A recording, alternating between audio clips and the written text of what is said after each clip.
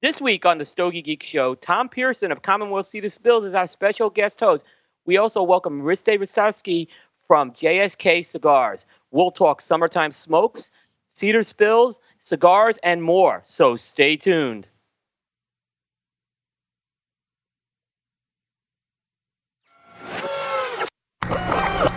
This is a Security Weekly production. Broadcasting live from G Unit Studios in Rhode Island, it's the show where cigars burn slow, ashes fall fast, and cocktails flow steady. It's the Stogie Geeks Show.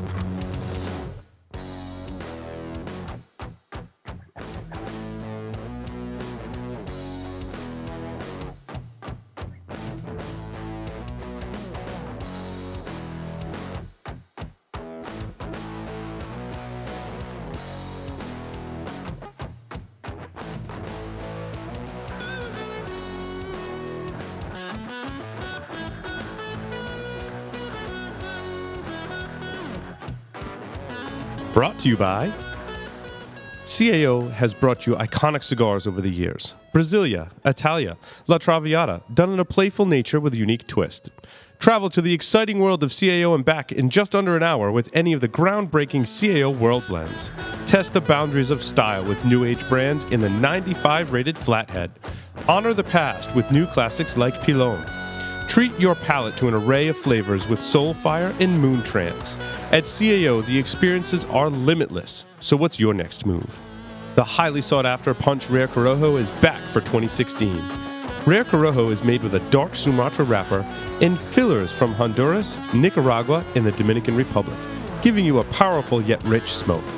These highly coveted and revered cigars are only made in small quantities once a year, so get them while you can. This is a punch classic that you can't pass up. M. Bombay cigars represent the most admired cigar culture of Cuba. They select the best quality tobacco to use in the aging process. M. Bombay cigars are then rolled in Costa Rica by some of the most experienced cigar rollers, giving it a unique smoking experience. The band portrays the detailed and artistic nature of our small industry. Try the M. Bombay Casera, M. Bombay Mora, and the recently released M. Bombay Habana. M. Bombay Cigars, where the cigar is a way of life. Duran Premium Cigars, one of the fastest growing boutique cigar companies, providing smokers a portal into the old Cuban tradition of perfect balance and the lost art of progressive flavor construction. Roberto Pelayo Duran began his career in tobacco over 2 decades ago in Havana, where his reputation grew within Cuban circles. The creation of Duran Premium Cigars has given Roberto the platform to introduce a series of cigars that offer the same quality, construction, and detail which he perfected while in Cuba. Brands include the ultra-premium Roberto P. Duran Premium Cigar Series, Azan Cigars, Nea, and Baracoa. Duran Cigars uses a seed-to-humidor approach, as all tobacco is grown on their farms and rolled in their factory in Esteli, Nicaragua. Rollers have been carefully chosen to carry out Roberto's precise method to ensure progressive flavor in each cigar. Duran Cigars invites you to make their premium your standard.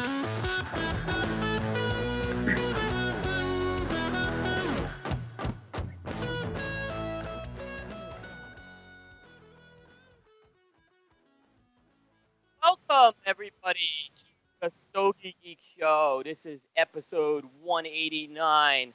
I'm Will Cooper. I'm manning the controls tonight from Studio C in North Carolina. Powering the show tonight up at the G Unit Studios in Rhode Island, we have Mark, Tyler, and Keith tonight. And Paul is not here tonight, but we are very, very fortunate to have as our special guest co-host a good friend of mine, Mr. Tom Pearson of Commonwealth Cedar Spills. Tom, how you doing tonight? Real well, Coop. Awesome. Always great having you on the show, and thanks for being available tonight on short notice. We do appreciate that very much. Absolutely, anytime. Yep. And we're going to be talking. Tom's going to be. We'll be talking a bunch of what's going on. Folks know Tom from Commonwealth Cedar Spills. Got a great product, and Tom's also just a great guy as far as the industry goes. So there'll be a lot of good discussions tonight as well. We have a special guest tonight, and he told me this was his first podcast, but he has a great product, which actually I got my hands on a few months ago. We have Mr. Riste Ristevski of JSK Cigars. Riste, Thank you, welcome Will. to the Stogie Geeks show. Thank you, Will. Thank you for having me. Oh, we very much appreciate it. I'm having trouble hearing you. Okay, can you hear me now? Yeah, that's better. How's that? That's Much better. perfect. Okay, yeah, I think my thing was down a little. Okay, and so Riste, we'll get into your products in a bit, but beforehand, what? How did you end up How did you wind up going into the cigar business? I'm just kind of curious on that. Uh, Actually, sitting on my patio, just after smoking, I've had about like a good solid 10 years of smoking cigars and mostly vintage Cubans the last 3, 4 years. I started smoking back Nicaraguan cigars, a lot of Dominican cigars again. And, I just told myself I'm going to go try it. You know, I just, I'm a very hands on guy. If I want to do something, I go out and I learn it and then I go out and try to do it myself, you know. Nope. And Yep. No, I hear you. I mean, and that's by the way, that's probably I give you a lot of credit on that because thank you. yeah, this I took it to say I've hacked in a factory before. I've never blended. I've hacked and hacking and everything I've hacked with was like terrible. So, I mean, so I've been on some of these factory tours and I mean, we have a rating on the Stogie Geeks called lawn mulch, and I don't think most of us got. Nice. We don't give the lawn mulch out to you guys, right? But I'll save it for my stuff. There was one I just wanted to throw it off a boat. It's kind of expression, but so I give you a lot of credit. So Thank you. so as far as here's how I kind of found out about JSK. There's a fellow by the name of Brandon Hayes out of Hmm. Renegade Cigars, which we'll talk a little more about who Brandon is in a bit. Brandon had sent me some cigars, and one of the cigars he had sent me was the JSK, and I had not heard of it. And I happened to notice that Steve Saka on social media was smoking this cigar, Yeah. and I'm looking at that. I'm like, and he liked it, and it was just that's great. And I'm like, I got this cigar in the house. I know it was in the pack that Brandon sent me, so I went Yeah. and lit the thing up. And Riste, this is a great cigar. I mean, Thank you. out of the gate for a debut, this is fantastic. So Thank you. why don't you tell us a little about this cigar? Well, it's a Nicaraguan, Ecuadorian Habano wrapper. It's a Mexican San Andres Nialapa Cycle binder. The fillers, I use the Corojo, Esteli Viso, and Nialapa Seco, and Nialapa Ligero. And I just sat down in Noel's factory and he just put out 30 different tobaccos, and I just went through each one, making my own notes, tasted every single one. By noon, I started having the nicotine sweats. The first thing he got me was, I was dying. I don't know how some of those guys can smoke so many cigars. And he got me water and coffee, and I started just playing with combinations of what I liked. And I came up with the blend that night, and we tried it. I liked it. Noel said, let it sit for about 3 days and we'll try it again, if we still like it. And I smoked it on the third day with some coffee. And I just told him, I like it. Let's do 5,000 of them. Nice. And the whole period of like waiting for them to come in, because I brought back like 20 samples for myself. I smoked them all, but like 2 weeks into it, it totally changed on me. Mm. And I remember I called Noel. I'm like, man, this cigar's horrible. He's like, just let it sit for another 2, 3 weeks till ferments out. I loved it, And in another interview, a guy asked me, he's like, what are you gonna do if no one likes it? It'll be the cheapest 5,000 cigars I ever, got for myself. I'll smoke them all myself. I love the blend. I smoke it 3, 4 times a day now. Nice. That's excellent. We hear a lot of folks who I've talked to a lot of folks similar. They've gotten into it, their first cigar, and that's what they say is, hey, worst case is I got some cigars, I got it at a good price that I know I'll enjoy smoking. Yeah, Yeah. So I mean, the one thing I guess you did talk about was so there was that period where you you made the blend and then you really liked it, and then there was that back and it went through that sick period, right? So yeah, that must have been the sick period that you. yeah. I was like, man, I have 5,000 bad cigars coming. I waited out, and I remember when they showed up to the fair at the Cargo, I cut the box open, I lit the first cigar, and my brother was with me, and he doesn't smoke cigars at all. And he just looked at my face. He's like, "That's a good cigar, isn't it?" He's like, I'm like, "Yeah, this is actually really good. I like it." So So we mentioned a couple of names. Noel Rojas, a lot of folks know from Guayacán Cigars, and I mentioned Brandon Hayes of Renegade Cigars.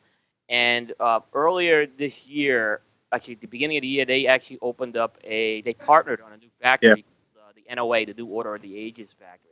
How yeah. did you wind up? How did you kind of connect in with Noel and Brandon? Uh, I met Noel through Scott Del Pina from Hermosa Cigars.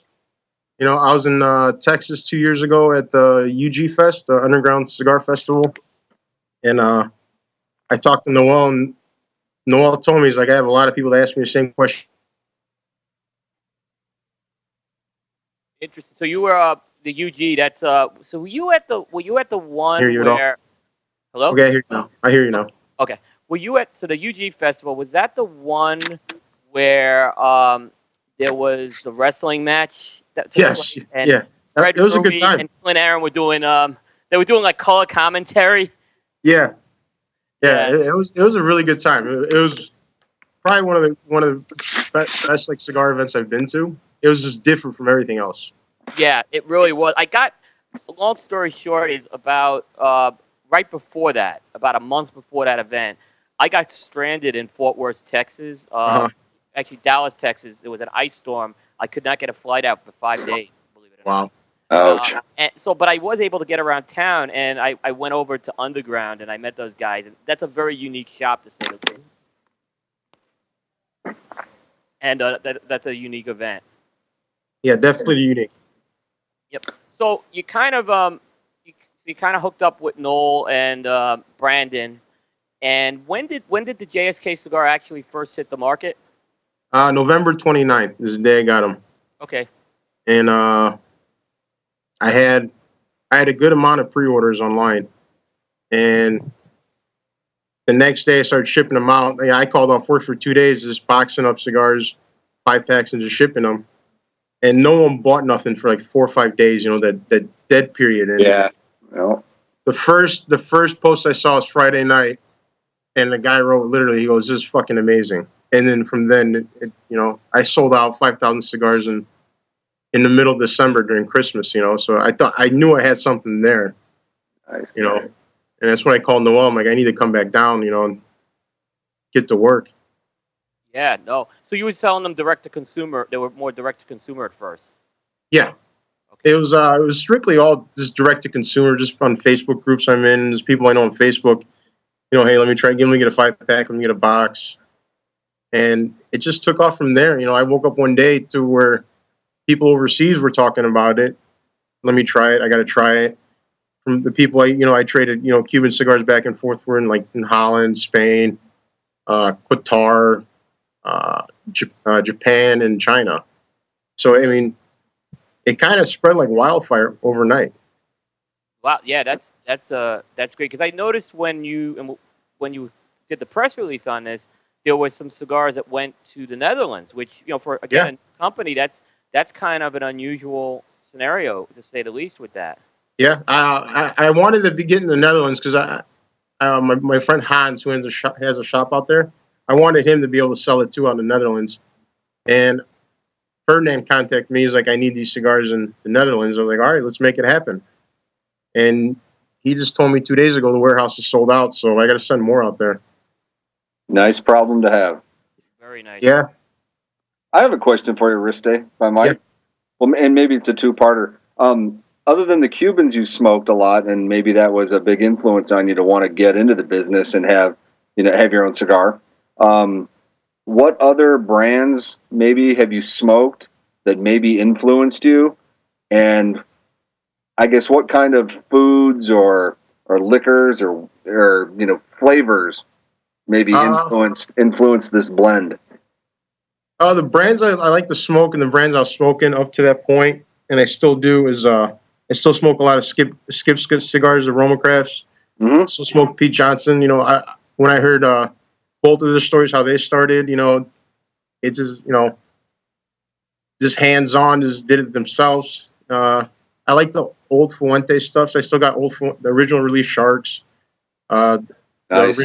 the original annuals that came out in 2000. I still got some of those. Uh,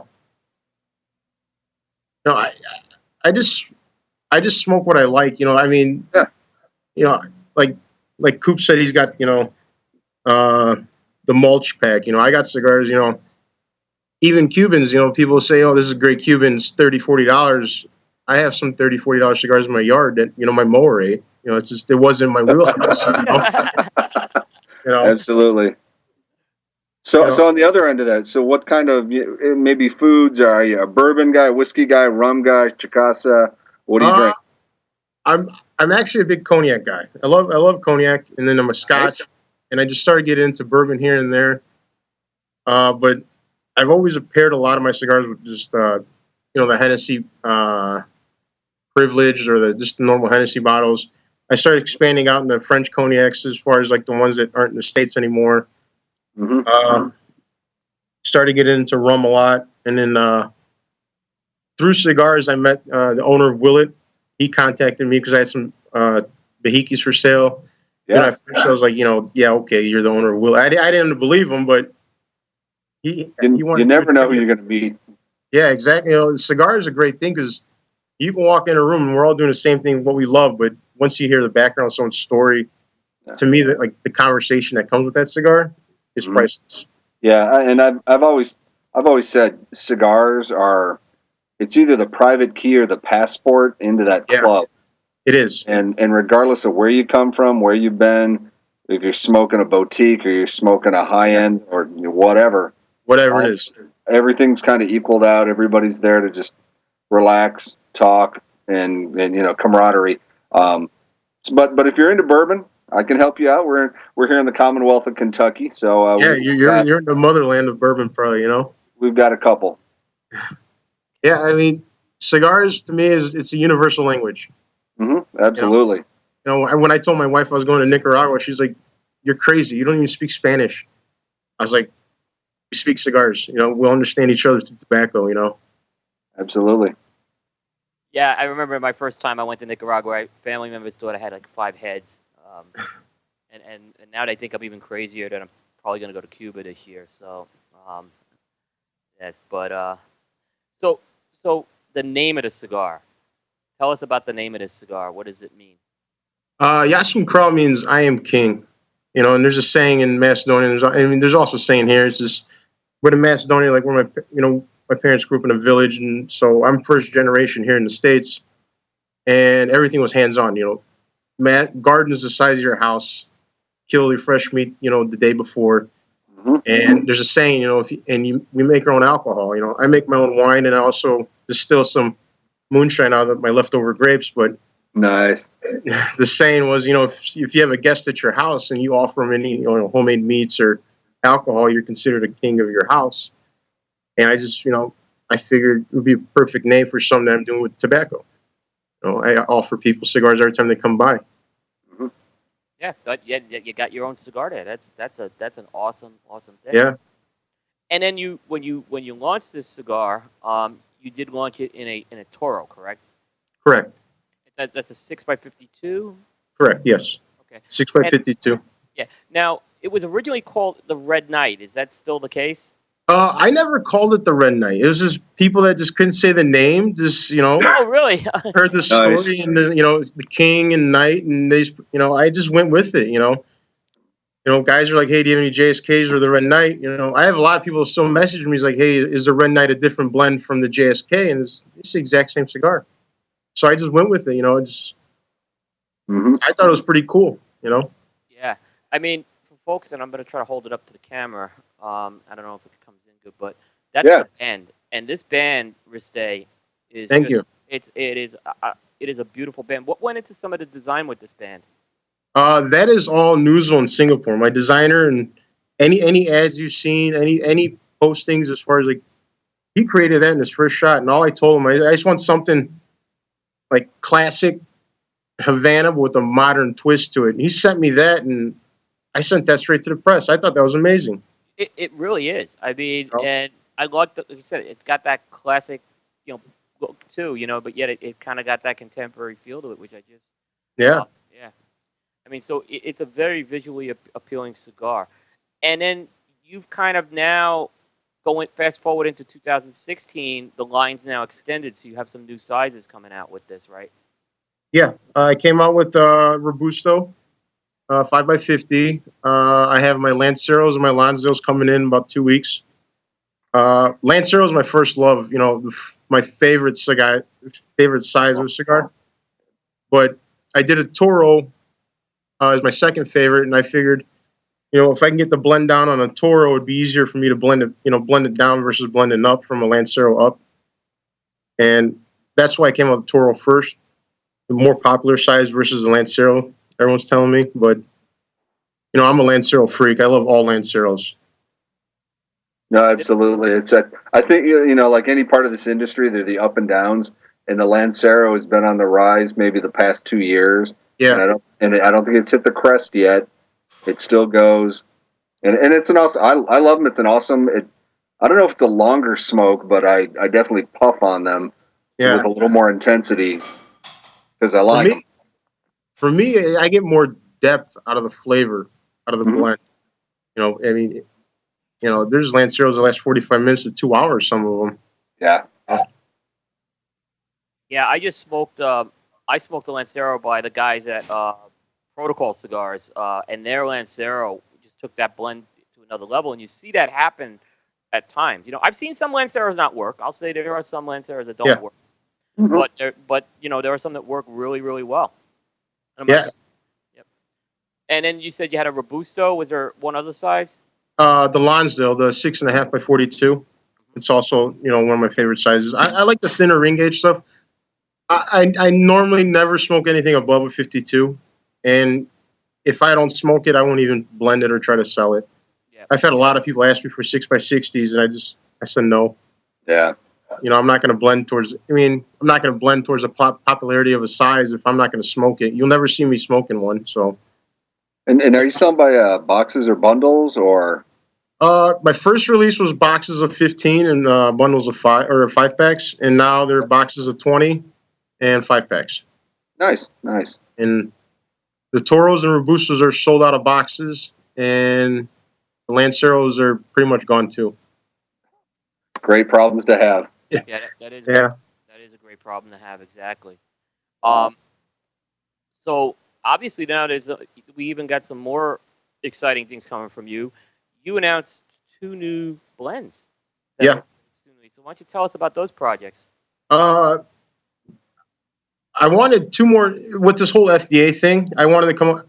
It literally took my 5-year plan timeline to like 70 days. So, so I told Noel, I'm like, I have to come down and blend these two more blends I had in my mind. And he told me, he's like, hey, I got the exact same tobacco in Texas. Just fly down to Texas and we'll do it there. And I did Ecuadorian Connecticut. Uh, it's just full body, full flavor. There's a lot of Connecticut's to me that's just like very bland. Yeah, flat. Yeah, it's just flat, just missing something, and not complex at all. And I sat down, and it was literally on my fifth or sixth one. A local guy from the shop at Brandon's shop. This is where I did it at. He was sitting down smoking each blend with me. And I want to say it was number 4, number 5. I was smoking it, and I passed it to him. He didn't pass it back. He just kept smoking it. And he's like, "This isn't your father's Connecticut." He goes, "This is a totally different Connecticut anyone's used to." And then I went with that. Everyone liked it. And then I always wanted a broadleaf wrapper, so I blended a broadleaf wrapper same way, and uncured wrapper. So it's going to look ugly, but it's not cooked or anything or dyed or anything like that. Yeah. Yeah, I find that's accurate. With broadleaf, it's a charm. It gives Huh? a nice charm to it. Yeah. Nice good thing when it kind of had that little bit of a rugged, Yeah. not so elegant look on it. And what are those two cigars called? The Ecuadorian Connecticut is called Zlatno Sunce. That means golden sun in Macedonia. And the broadleaf is called Crnoik, which means dark night or dark sky. There's different meanings for it in Macedonia, but it all means the same thing, dark sky. And just I wanted to differentiate the brands or the blends from color yellow, red, and black. Yep. And I don't think you're going to have any trademark issues with those. I wouldn't think so. No. Those went through just fine. Yeah. And so what sizes could we expect to see in those cigars? The initial release will be a 6x52 at Toro. It's going to be a Brandon Shop Renegade. And I'm going to follow up with a Robusto Extra and a Lancero in those blends. Nice. And they're going to come in the boxes, bundles? How are they going to be sold? I'm working on packaging right now. I'm changing it from boxes with the whole issue going on with Esteli and Nicaragua with the whole cedar issue. I'm probably going to do 10 count packs, soft packs. Protocol doesn't. I'm working on that right now. And I might do a limited box release with all my blends in one box with all the sizes. Beautiful. But like I said, the whole FDA thing literally took my whole timeline and just crunched it down to, what's doable now and what's not. Yeah, no. We're definitely going to get into the piece with you as well. And are you going to be at the IPCPR this year? Correct. I'll be there. I'll be in Noel's booth. I think we're 3260 is our booth number, something like that. Oh, that's great. That's great. Yeah, Noel's kind of built his own. I've kind of been following you guys, and it's this nice stable of brands that are coming out right now, that factory. Yeah. Noel's done a great job, I think. Mm-hmm. It seems like you guys, I see some social media pictures with you guys, and you all really seem to connect on that. Yeah, I mean, we're all doing what we love, and then I couldn't have asked for a better factory, The very first thing I asked him when I got to the factory, before I even went to my hotel, I'm big on construction. I go, just make me a cigar right now, let me smoke it. And I smoked it. All right, let's go to work. Construction was spot on. Nice. Yeah, I mean, there's something, the blends that I find coming out of that factory, they have a signature, and I can't describe what it is. It's an intangible where you kind of know it's something coming out of there, and it's like nothing else that's out there. Yeah. Mm-hmm.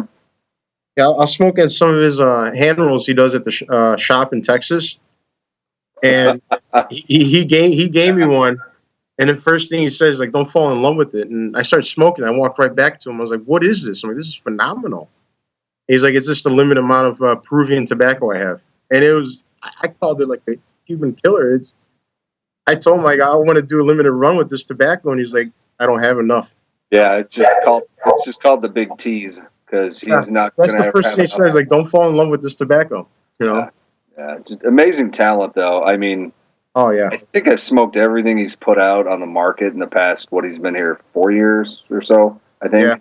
Yeah. And I mean, for his story, and then getting out, getting here, getting a factory within 2 or 3 years. Yeah. Rolling his own stuff, mentoring and helping others, and then I'm sure he's probably doing some contract work for other folks. I mean, it's just incredible. And as you said, Coop, that there's just an intangible something about the quality, the flavor, construction, and it's just great. Yeah, he sources some of the. I mean, I haven't been in the game forever, but the tobacco I've seen that he pulls out, it's just like, wow. Yeah. It's just great tobacco. And just to have my hands on that, just to be able to use the blend with that, I consider myself blessed working with them. Mm-hmm. Absolutely. So yeah, so that's all. So you have all this great news coming out, and then obviously right now, FDA you mentioned it. It just completely put a monkey wrench into your 5-year plan. So we'll kind of hit a few points on it because obviously it's impacting your business. But obviously the big news that came out last week was the news about Enrique Sanchez filing the lawsuit against the FDA. And Riste, what are your thoughts? On that? On Enrique filing, I think that's amazing. Mm-hmm. I talked to my importer and I asked him, hey, is there any way I can help, keep the case alive? And I'm setting up a plan for every cigar I import, like 2 or 3 cents goes to Enrique to help him keep that lawsuit alive. He's doing what I thought the big guy should have did the first week. or within 72 hours, but weeks went by, and I'm looking at myself like, what am I going to do? And what's going to happen with my line? No one's filed a case or anything like that. And when I heard Enrique did that, I applauded him. That to me, that's fucking excellent. That's amazing. Sorry for the customers, but No, we're not regulated by we're not regulated by another agency, the Yeah. FCC. So we're not regulated by that. So Yeah, you're allowed to be passionate here. yeah, they're not trying to regulate us yet. The government here. just hearing that, just like I was sitting at work and I was like, wow, that's amazing news right there. It's just, and if any way I can support him and help him out, I will. It's just he's helping everyone out. Oh, absolutely. I mean, I think he's helping the individual smoker, the mom and pop, and the small tobacco shop tobacconists, the cigar clubs, cigar lounges, and even the guys, as you said, Riste, I would have expected one of the larger, maybe traditionally European conglomerates or one of the larger cigar makers to do what Enrique, and I think Frank Herrera is coordinating or initiating the court action.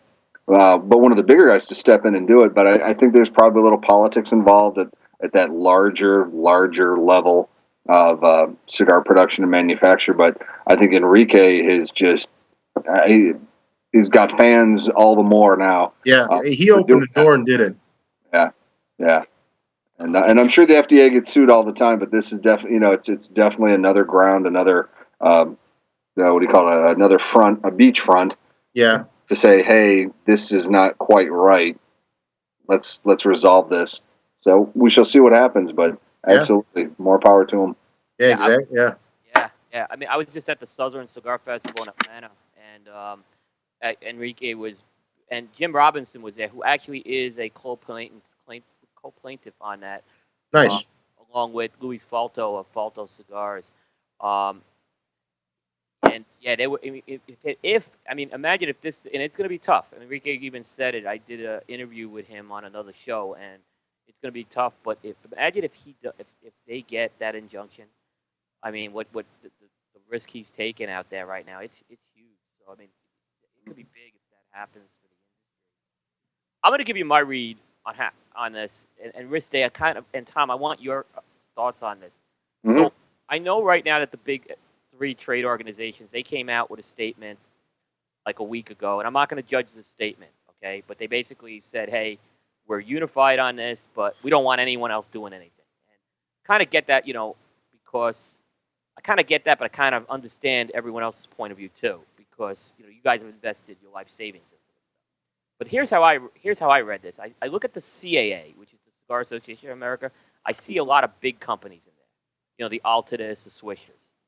Then I see CRA, which, it's a consumer organization, but I see a lot of the board of directors on that being the Rocky Patels, the Alec Bradleys. So there's a lot more middle tobacco. And then on the third part, you have IPCPR, which is the retailers, but the retailers that kind of are, all the retailers are in it, or most of the retailers are in it, but the ones running it are the ones who tend to buy from middle and big tobacco. So what happens is I see guys like you, Enrique, you guys are on the sidelines right now. And that's a huge problem because I think this industry's changed so much in the last few years that I don't think you can treat it like middle and big tobacco anymore with the amount of small business that's emerged from this industry. Yeah. When I read that, when it came out, to me, I looked at it like this. It's like, hey, we're not going to do nothing now. But if you decide to do something, include us in it. And I'm sitting here, I'm a one-man show. It's like I'm looking at you guys for like advice on what to do.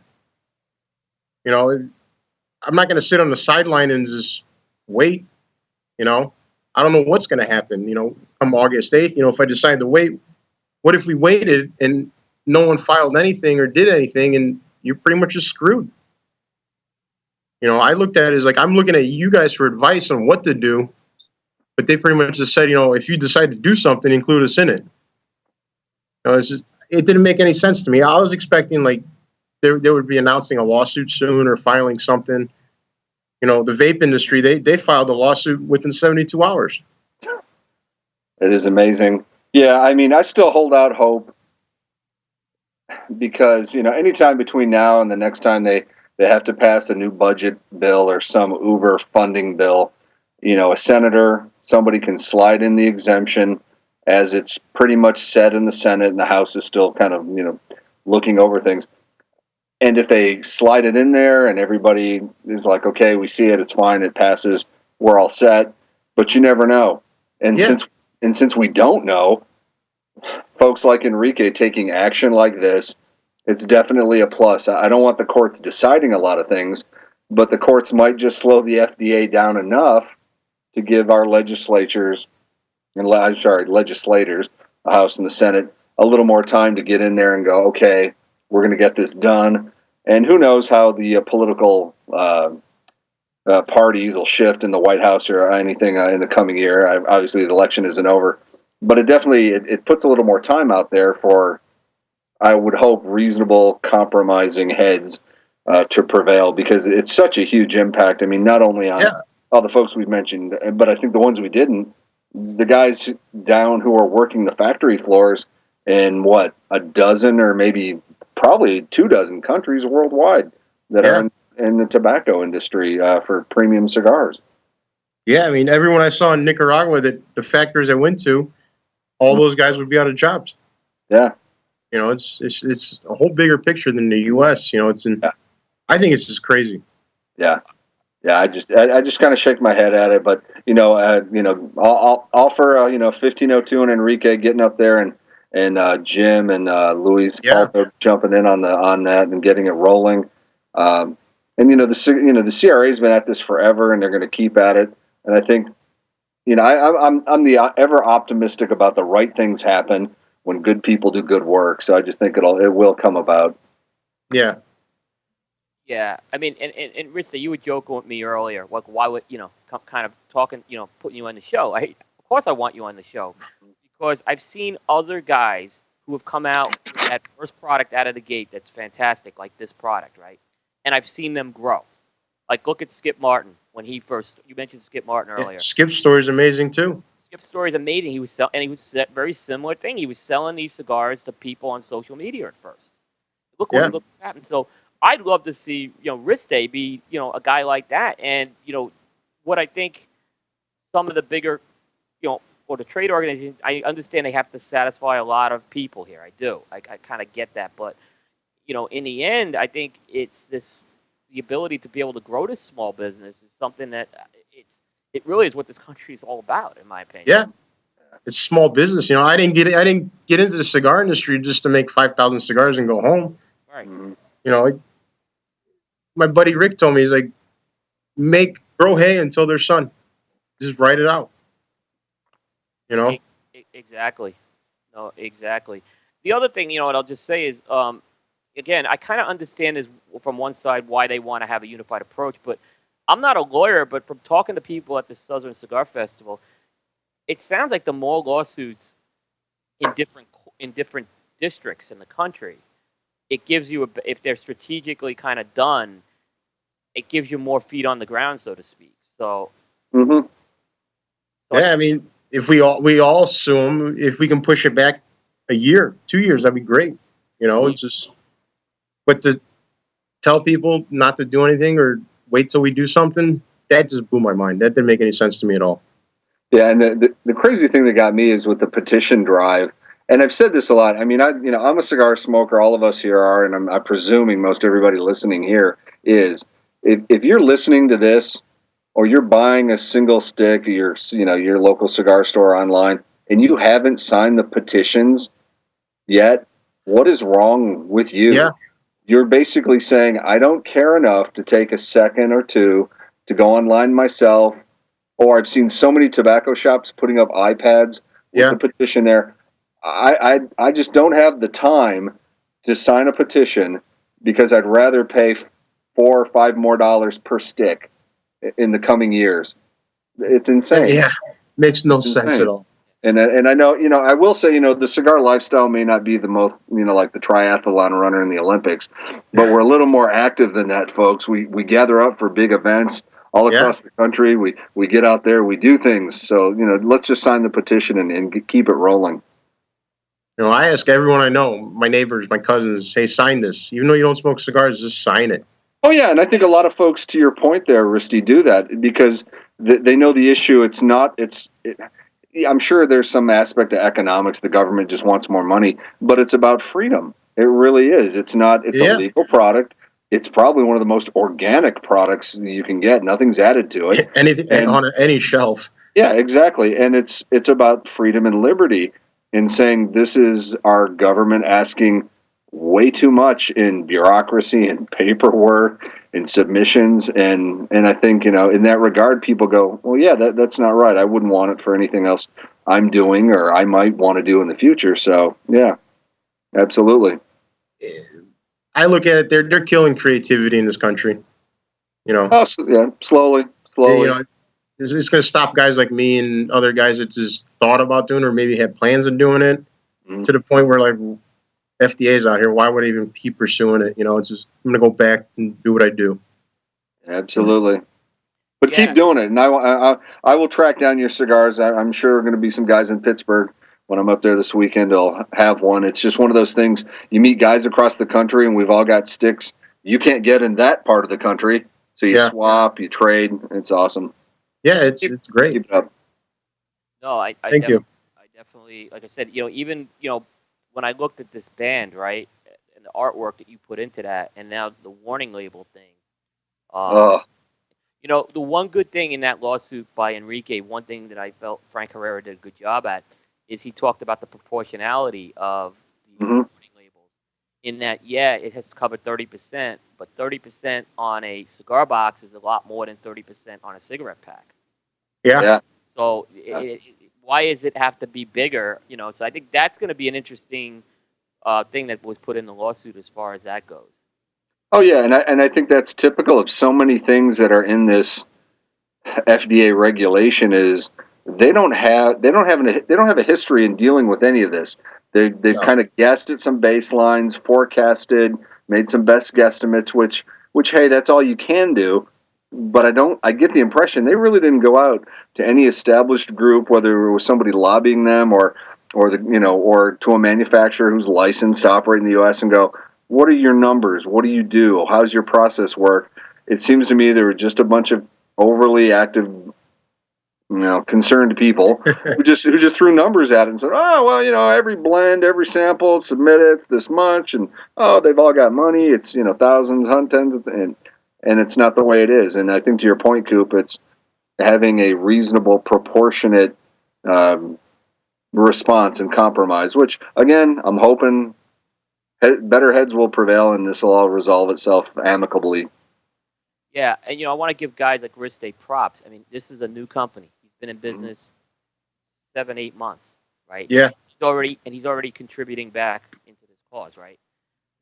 Everyone else, look, I'm sick of petitions as much as anybody else, right? Mm-hmm. But we need to sign this petition. And Mark Purcell, the CEO of IPCPR, he did an interview with Cigar Insider. And in there, he said there were 35,000 people working in the brick and mortar shop. Mm-hmm. Why don't we have 35,000 right there? We should have 35,000. Right there. Right there. Yeah. We haven't put one consumer in there. We haven't put one manufacturer. So right there, so I've been critical of some manufacturers who I felt have not been stepping up to the plate. Riste's not one of them, certainly. But again, I think we do need. Look, like I said, I'm sick of the petitions, but sign the petition. Absolutely. I looked at it like, why haven't like the massive online cigar sellers email their customers, hey, sign this petition, get 5% off. I've offered people, if you sign this petition and you post a screenshot, you have a chance to win, a 5-pack of cigars from me. For my personal collection, not even my cigars. I'll send you whatever. Yeah, because if you don't sign it, we're not going to have any contests, any giveaways, any swag. Yeah. If this goes through the way it is now, which is just incredible. And I think that's part of it. It's just there's a lot of apathy in general with individuals around all sorts of things. So we just keep plugging at every cigar smoker and every tobacco shop and every event. And we just keep getting the word out there. And sooner or later, it's not viral marketing. It's just like hit you over the head marketing. It's like, come on, guys and gals. We can do this. We can get the right thing done. It's just going to take a little effort, and then we'll all smoke. Well, you're going to have your 1-year anniversary, Riste, in like 3, 4, 5 months. We'll Yeah. have a party. We'll celebrate. We can all smoke and go, wow, remember when the FDA tried that crazy stuff and we put them down? Yeah, It was awesome. exactly. Yeah. Yeah. And I hope it goes that route. You Yeah. know? Yeah. Yeah. I mean, and let me tell everyone too. It's going to affect what we're doing here on Stogie Geeks. Not just because we're going to have to comply with the advertising, but if guys like Riste aren't in business anymore, we're going to have a lot less interviews. We're going to have a lot less cigars to talk about. Yeah. All And the review sites. they haven't. There's more regulations coming, and they're going to probably be targeting shows like this. So, there's a lot we've put a lot into this too. Probably not to the extent that guys like you, Riste, have, but I mean, it's this is serious. This is. I'm hoping maybe this was the wake up call to prevent the second wave. I mean, that's Yeah. if anything. I look at shops. A lot of shops I go to, like 2 years ago, started like getting rid of a lot of the big name stuff and going to all boutique, like having a big boutique, section in their walk-in. And now it's just like, half these guys got rid of their stuff, and now they're gonna have to bring them all back. Oh, yeah. I like selection, variety. I don't want to be pointed. This is all we got right here. No, no, exactly, and you definitely sound like you're obviously I'm talking. You're a cigar fan enthusiast Yeah. as well as now a brand owner as far as that goes. So I guess now the next few weeks you're getting ready for IPCPR. Yeah. You mentioned there are four. We get a lot of questions on the show. Where can I get these cigars? So you mentioned there are four retailers in the U.S. Are you able to mention those? Yeah. Local one is 1101, small shop. I like smaller shops, more hands-on. Another one is in Atlanta called Trilogy Lounge, and he was actually the first one. His name's Henry. They offer they only carry about 15, 20 facings of boutique stuff. But the chef is also a cigar smoker, and he's a French trained chef. He'll smoke the cigar and he'll pair the whole meal, and then he'll also pair an alcohol with it. Nice. I flew down and saw that firsthand. I thought it was great. Royal Cigars in Florida is another shop that's going to be carrying it. And I've been talking to a shop in Tacoma, Seattle. They're going to be carrying it also too. And then most of my stuff is going overseas right now. Right now. Yep, and then Renegade, of course. And Renegade, yes. Renegade is going to debut my two new blends. Because I've been mostly just Facebook sales and just in groups I'm in. I mean, I've talked to everyone online, and everyone's seen what I've been smoking. I kind of branded myself first, then went into the cigar business versus, coming up with the blend first and then, selling it, marketing it. Oh, absolutely. I mean, for me, maybe it's a little different. I have a little cigar accessory, but for a cigar maker, and I don't like you're more of a cigar artisan because you are taking raw materials, Yeah. combining them in various ways, not only as far as the blends, but who's rolling it, how it's being rolled, Yeah. the shapes, the ring gauges that you're putting together. But before I leap and get a cigar, unless someone hands it to me, before I spend my money, I kind of do want to know a little bit about the company and, more importantly, like the individual. It's usually one guy or girl, or a small group. But it's like, what are they about? What are they doing? Where are they coming from? How did they get into it? And why are they doing it? Especially, as I said at the beginning, I put you up there with the beer, coffee, bourbon, whiskey, cognac. There's a lot of competition out there. You're a little crazy to get into it, but when you make something that's great, it sells. Yeah, I mean, people. I mean, a lot of guys will message me just saying, like, I see your drive, I see your passion into it. You love what you're doing. And I truly do. Like, I'm not in it just for money. Like, I'm in it because I love doing it. I still have my normal job, 9 to 5. I've been there 15 years. I've been IT specialist since 2001.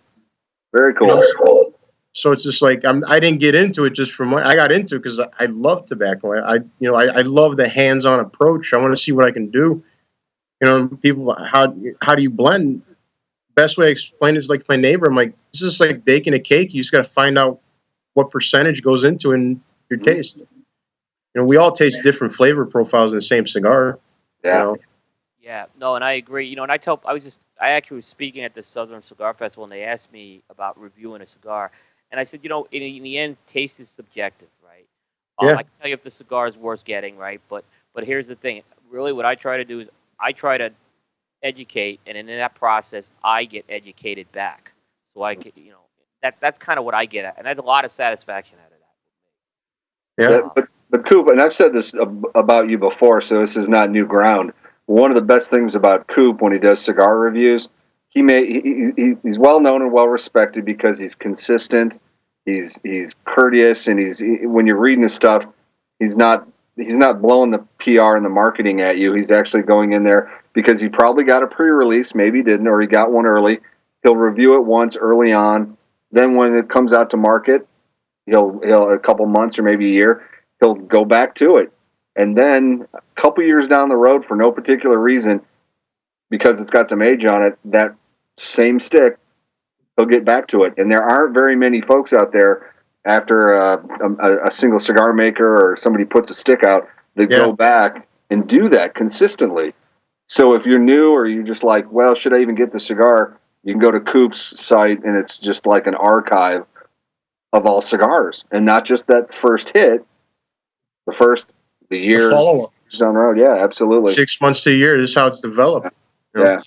That's one thing that Paul, my partner, and I on Stogie Geeks, we're like, one thing I'm real excited about with this cigar Riste is what it's going to smoke like in a year, because it's great now, and I think the aging potential, the sky's the limit with this thing right now. So Yeah. I really look forward to it. And obviously we just don't know the answer to that yet, but all the indications are there because every one of these is smoked better than the last time. So that kind of Hey, I'll send you one that's a year old. I set aside some boxes.